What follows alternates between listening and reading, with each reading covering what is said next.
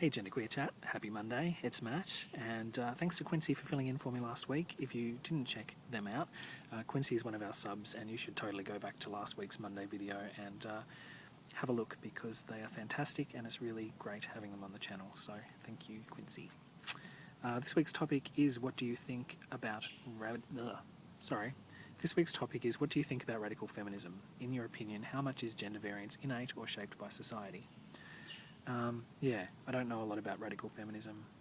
Anything I do know about radical feminism I've learned in the last few hours, so if my opinion or sort of take on this issue is a little bit short-sighted, that's probably why. In a nutshell, my basic kind of understanding is that radical feminism is a branch of feminism that takes issue with the concept and notion of the patriarchy, so our kind of traditionally generated contemporary state of socially stratifying gender, placing men in a higher position of power and decision making and affluence and everything else, social standing over women, which creates, in the radical feminist view, systematic oppression of women and gender inequality. Radical feminists kind of look at this and see that the key to equality, gender equality, is challenging the patriarchy, breaking down the patriarchy, and to do this, challenging accepted gender roles and sort of dismantling those.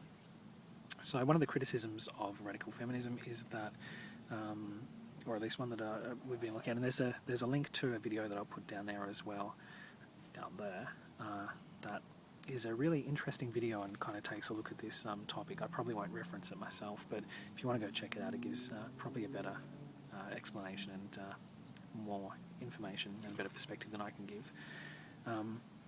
There's been a few criticisms sort of aimed towards radical feminists, and one of these is to do with the way that trans people and gender variant people are viewed. So radical feminism kind of looks at gender as a completely wholly and solely socially constructed phenomenon to reinforce and to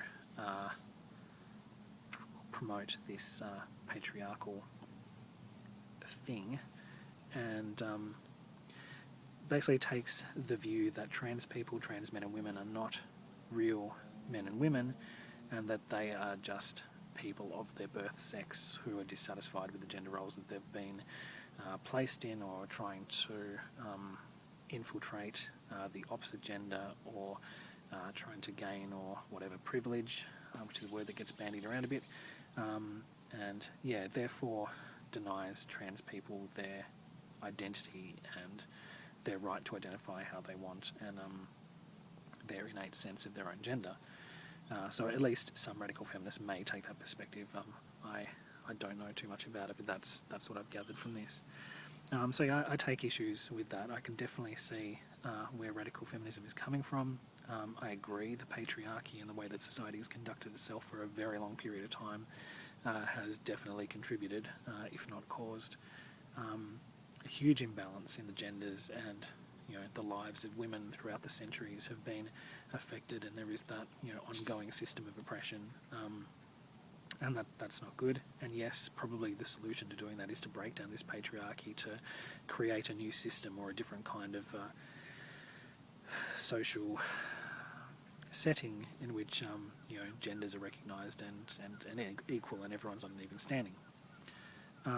Whether or not I see gender as being socially constructed or innate is a different matter. I wouldn't like to put money on it or hedge my bets either way. I think it's probably a lot more complex than that. I think that gender and gender variance is a complex set of interconnectedness between various physical, biological, genetic, chemical traits, and our experiences with society, social forces, social pressures, socialization, and how our individuality and individual selves navigate that space and the experiences that we have.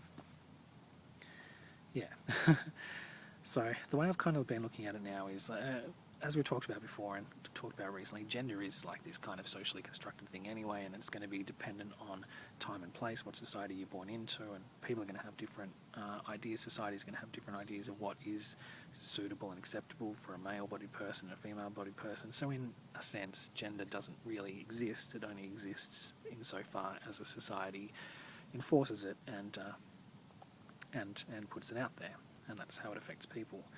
So in the same way, gender variance only actually exists insofar as people fit or misfit into these strict gendered roles that society puts forward, which in our case is based on the gender binary and categorization or differences between the two physical sexes, which is up for debate anyway. I kind of look at it that, you know, every single person is their own little chemical cocktail of awesomeness, and everyone is born differently and individual and independent, and yes, we share some similar traits, but I think we all have that spark of diversity that means that we could turn out to be anything. So I think everyone is variant and everyone is gender variant because they're going to express themselves differently. And as you kind of grow up and learn to walk through the world, like this set of characteristics that are innate to you are going to interact and be affected and altered and influenced by the world around you, society, experiences, social pressures, and your society's view of what gender and gender variance and conformity and everything else is, and create this person, this unique, complicated, complex, beautiful individual that you are. I think it's a combination of things. I think there's a lot of factors, and I guess where I would differ the most from the radical feminist view is that I don't think gender is inherently evil or bad. I'm not saying that they view it that way, but from what I'm getting is gender is kind of the enemy. I think gender is what it is, and it is a social construction. It is how we view it, and it is different for everyone. But things aren't inherently bad or wrong in themselves. Like, not every male-bodied person is a overbearing, misogynist, warmongering pig. You know, not every woman grows up to be submissive and subservient and oppressed.